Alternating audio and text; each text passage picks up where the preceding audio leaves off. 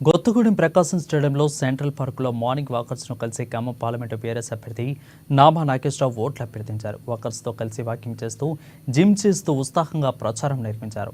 రైతు బిడ్డనైన తనను 2 సార్లు ఆశీర్వదించి పార్లమెంటుకు పంపిన ప్రజలకు కృతజ్ఞతలు తెలుపుతూ మరోసారి తనను పార్లమెంటుకు పంపితే తెలంగాణలోని ప్రజల సమస్యలు మాట్లాడే గొంతుకనవుతానని అన్నారు.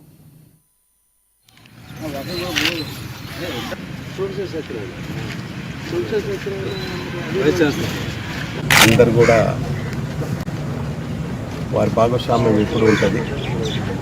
ముఖ్యంగా చూసినట్టయితే రేపు 13వ తారీఖున జరగబోయే ఎన్నికల్లో నేను ఖమ్మం నుంచి బీఆర్ఎస్ పార్టీ తరఫున పోటీ చేస్తున్నాను. నా గుర్తు కారు గుర్తు.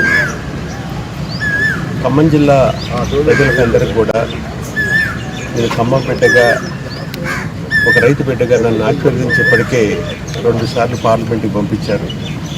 మళ్ళొకసారి మీ అందరి ఆశీర్వాదం కావాలని, మీరు తప్పకుండా నా గుర్తు కారు గుర్తు పోటాలని వారిని కోరుకుంటూ, మీరు ఇచ్చిన అవకాశం వల్ల 10 సంవత్సరాలలో పార్లమెంట్లో ఎన్నో విషయాల మీద మాట్లాడాను.